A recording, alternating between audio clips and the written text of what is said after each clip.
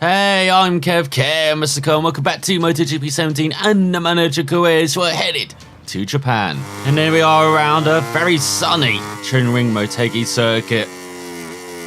Going to gain even further on Maverick Vinales. The championship lead with MacDonald has a pretty good race last time out.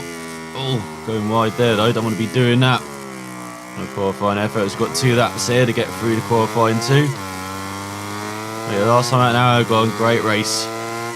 MacDonald for Elusive as well. All 3 classes did pretty well, as we don't want to be doing that into the first corner, braking very deep. Look in the front there. And getting the rear sliding. Don't want to be doing that. But this circuit, a bit like Aragon, very much dependent on getting a good flow around the circuit. You can see you've got quite a few corners that lead into others. In this first section you've got a couple of long straights as well for slipstream, so we might see some passes into this corner, for example, into the right-hander. You know, opponents have been strong into that corner in the past, so you've got to watch out for that. But in this middle sector, that's where MacDonald will be a bit stronger. He's got a good flying corners here. And then you've got a couple of hairpins as well. I didn't quite like Motegi as motorbike track at least. I remember when IndyCar had a race around here. We used the last time we were in Motegi back in 2011. Wasn't the greatest race. But for the bikes, always throws up something interesting. And we expect Honda to be strong round here. Definitely their home race. Danny Pedrosa is the most successful rider around here in the top class, or in all classes. I think he's got 5 victories here. And in real life, as I'm recording this, they're actually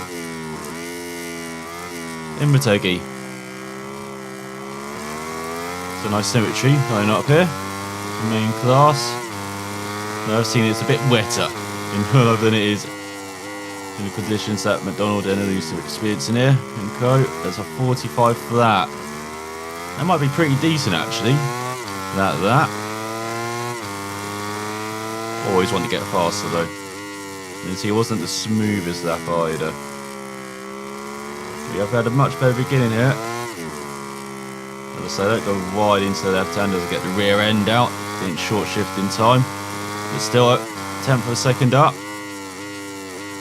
This track has definitely been kind to MacDonald in the past as well, so we expect him to do well here. All 3 of these flyer races, particularly Malaysia, have been strong to MacDonald. Let's see what he can do here. Look at that. All 3 tenths up, and then totally gets the left-hander wrong. It flows nicely into the right-hander. Now into the hairpin, that's better. Not getting on the power out of it though. It's a time where it might be an issue with quite a few traction zones, as you've seen with these hairpins. 12 straights. Go down this back straight. Look at that, 3/4 of a second up. This is looking very good for MacDonald. You get down to second, trying to get the bike in before that bump there. And so just easing the bike towards that apex, did that beautifully on that run. Now into the final chicane. Always very tricky how to take that final chicane, as you kind of turn in, brake in. You have to get it right not to lock up. And that 44 flat. That'll do very nicely from MacDonald. I think he's through. Let's see if he is though. Hopefully I'm right. Oh, I am right. He would have been through with his first effort anyway. Didn't have to go fast and just demoralise the rest of the field. Apart from Petrucci, who also makes it through, but Folger just missed out on the Tech 3 ahead of Redding.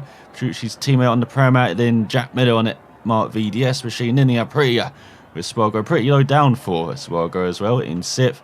Then Baz, Baptiste, Range, Rabat, Barbera, Abraham, the KTMs and those right at the back. So can MacDonald go over this form into qualifying 2? So here we are for qualifying 2. Trying to now break in and get a good run for his first lap. Oh, why can't we take the chicane like that on our qualifying effort? A bit wide on the exit though. So not the best run going across the line for one shot here in qualifying to go for pole. Can MacDonald deliver it again? So I reckon 44th lap will perhaps be around the pole time as well. So you can repeat that. He's right up there. Just hoping the flying fin will be up there as well. Been very good at qualifying recently. Had some decent races as well. There we go, we've got the short shift up to third early. Means we hit the apex, get a smooth run out the corner as well. Looking forward to use the exit curve there. Now down, reckon around 100 metres down the hill. A bit like that long corner off that long back straight as well. Can be taken away from the apex at the corner. You want to turn in early. So we're turning slightly late. Missed the apex, but got a good run out of it. Now down to third for the left-hander. Now the right. Very tricky corners, a bit like, it's not as flowing as Malaysia's kind of left and right corners. You're going to have to stop and start through that. Make sure you hit the apex. Here we go, one of the most important corners on the circuit. This hairpin before the pack straight as MacDonald goes very wide. Throughout the whole of the corner, not the best run onto the back straight. Only feel this a couple tenths slower than his qualifying 2 effort. Let's see who can make it up. The final set to those, he runs a bit wide. The right hand and now the double left. That's better into the left. And out the right as well. Oh, this might actually be pretty close to that 43, wouldn't it? It's a 43.3. He steps it up again, MacDonald. I thought it'd be slower. I thought it'd be a mid 44. But it's at least a second faster than I expected. And that is a pole for MacDonald by a second from Vinales and Marquez. Fantastic effort from the squad, grabbing another MotoGP pole with Rossi leading the second ahead of the flying fin. Then Dovi. And on the third row, Crutchlow, Pedrosa, Zarco, and the fourth row, Lorenzo, Iannone, and Petrucci. So can MacDonald just stay where he is for the race? So we look at the grid, magnificent grid once again with Rusto and Magnum on the front page. Just looking further down, you've got usual suspects there around the top 10 with Lorenzo, Petrucci. And you've got Volga leading the 5th row, Spargo leading the 6th row. Look out for him at the start, he'll probably make a fast one into that double right. And on the special rows, Bradley Smith once again. Just a few more seconds for the race to start. Will those riders on the front row be able to make the most of their advantage? Or will those pre-race nerves get the better of them? As there's not a long run to the first corner there, just around 200 metres. But MacDonald doesn't have the best acceleration, so let's see if we can hold the lead when the lights go out for this 6-lap race. He's on the outside as well. Look out for a dive down the inside. Gives the inside to, Marquez on the Honda. Going inside, wheel to wheel. Oh, with the Spaniard, but goes round the outside. MacDonald holds on to the lead. Into the left-hander. Maybe look out for a dive. Doesn't look like anyone's doing it. Up to third, through the next left. As Vinales gets past Marquez. No. Go on, Mark, fight back. I mean, we're not biased at all. The rows behind, apart from the flying fin, of course. Vinales done a good job of holding on so far. I didn't think he'd do that into that first corner. Just about held it up around the outside, but he's got Vinales right in his tail. And there it is, the Yamaha poking its nose. That's a satellite Yamaha. Through the left, gets smoothly on the power. Now let's see if we can hold on into this right-hander. At the end of this back straight, get a good run. So we hold off Vinales. The rest of this first lap, and they're going to increase the gap to over 0.6 of a second. He'll be nicking behind that Marquez, won't he? Not in attacking us. That's good smooth braking from MacDonald. As yes, Marquez back past Vinales for second. That's what we like to see.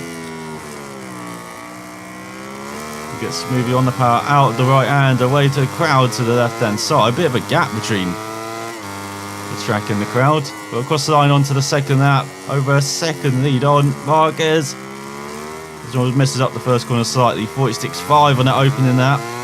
Wonder where the flying finish if he's battling for a podium with the likes of Rossi as well and Dovi. Even though Ducati perhaps not the best bike rounder, but still you got quite a few straights.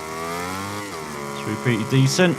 As Vinales gets past Marquez into the right-hander behind. Oh, yeah, it's the left-hander, isn't it?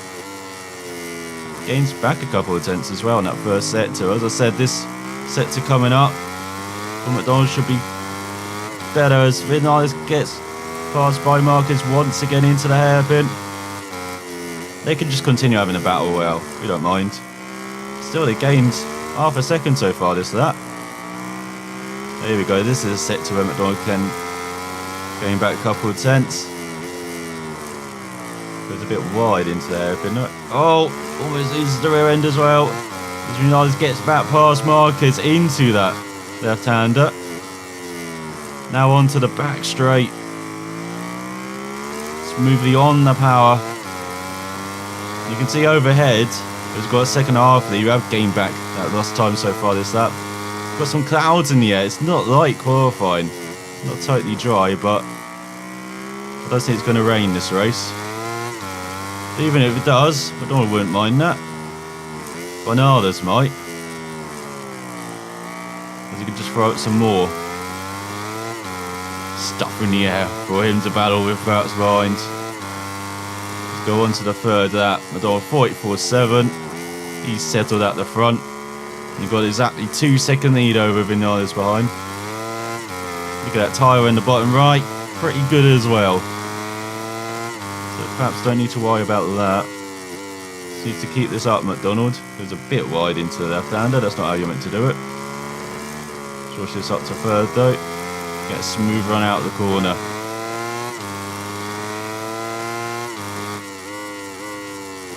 And now he gained a 10th actually on Vinales. As pole, the Spargo on the KTM. I'm guessing that's pole. You don't normally see a leash down there. On the KTM, having a horrible season on that machine. The Austrian manufacturer stepping up to the top class. It's a very difficult year in real life. We've just seen that they've announced Bradley Smith for next season. It's like the Brit also really struggling this season, even being outshined by Mika Kallio when he's had the chance to ride their test rider, the experienced Finn. So Bradley Smith perhaps a bit lucky to be retained for next season. But you never know, with a year's worth of experience on the bike, I'll be a bit closer to pole. He's done a great job in that machine. He has wringed the neck of it at times in the races. I think Kallio did deserve a bit, maybe deserved that second seat though. The little glimpses he showed throughout the season. And I hope he does have more wildcard outings next season. That is something we really do kind of miss in MotoGP. It's 43.6. Much his qualifying pace is MacDonald's halfway through this race. 3.4 seconds ahead of Vinales.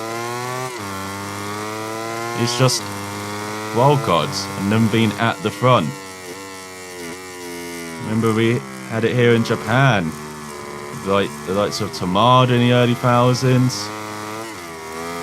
And with the unfortunate 10-year anniversary of the death of Norikabe, seeing his wildcard performance in the mid-90s when he came over as the 500cc Japan champion. Round Suzuka was battling with the likes of Kevin Swantz and Mick Doohan in 1994 until he had a horrendous crash going into the first couple of corners. Yeah, we do miss that in MotoGP, seeing wildcards just come out of nowhere and perform like that.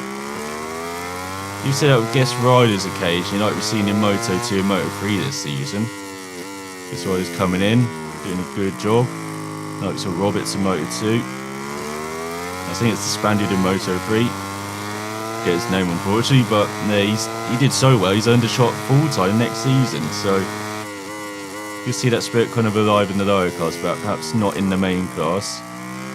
Even though this weekend we do have, so it's a Honda test ride, couple Honda test riders in the field. Those of injured riders.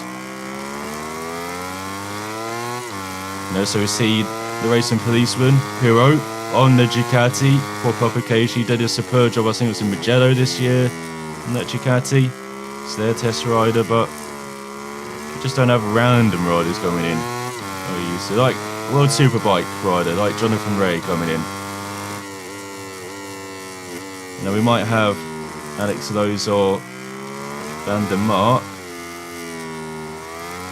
Of course, they were touted for Aragon until Rossi decided, oh, I can race again after a few weeks of breaking his leg. Incredible to see that he came back that quickly. It's amazing how quickly athletes return after injuries like that. Well, in some cases, how they do return at all, like with Hutchinson on the road racing side. So the horrendous injuries, but come back and race the RMT team, keeps winning and adds to his legacy. It's extraordinary.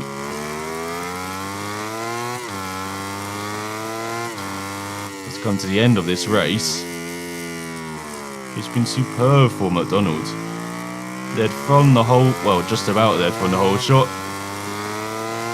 Got challenged by Marquez, and since then, it's going to have been alone at the front, maintaining his gap of 3.5 seconds over Vinales, who seems to be holding off Marquez behind now. You short shift up to third. We don't need to. The tyres are around half one heading on to the final lap. MacDonald just managed his pace and tyres beautifully. This race, as we do go on to the final lap. And always run slightly wide there.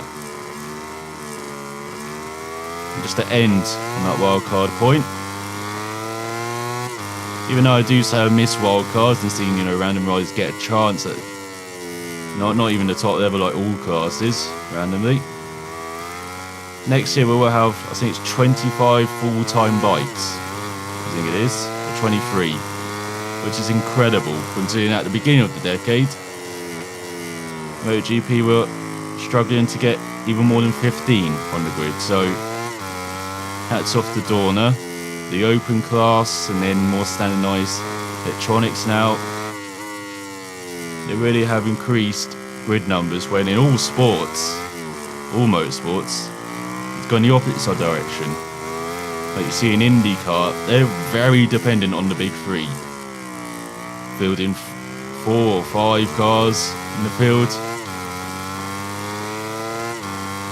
You see in NASCAR with the charter system.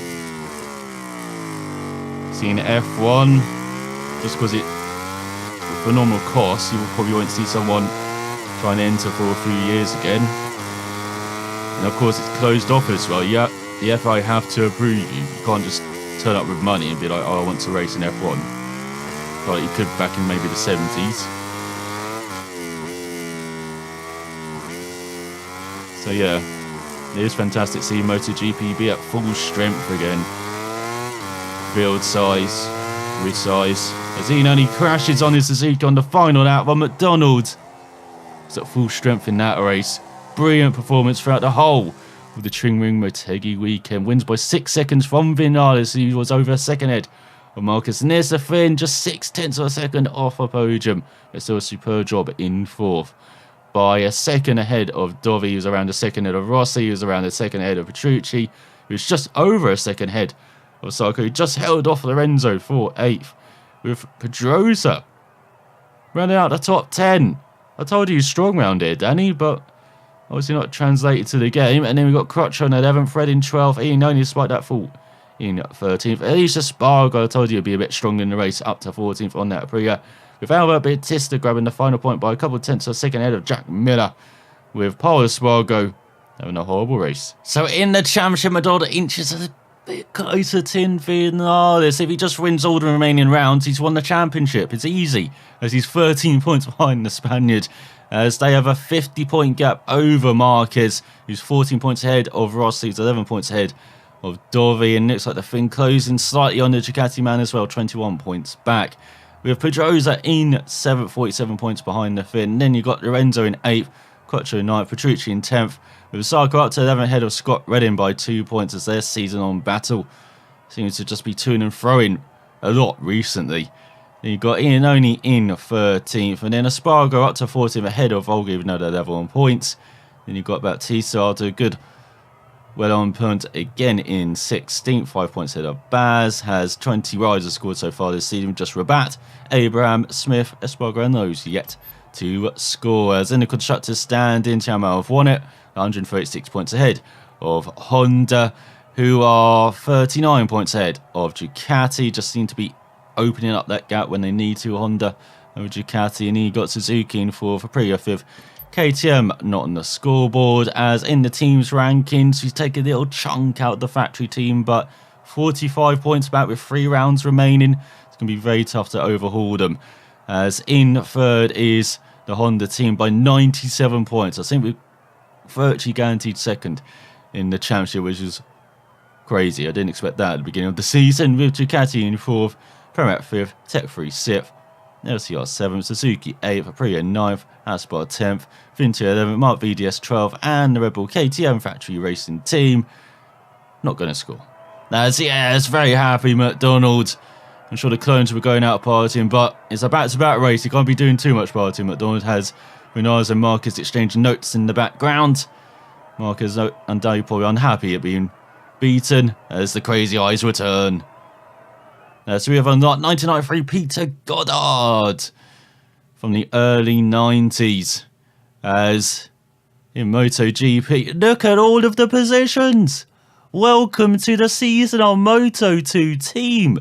From 33rd to 1st for Andrea. What the hell happened? Alejandro started 3rd, finished in 2nd, and 1-2 in Moto2.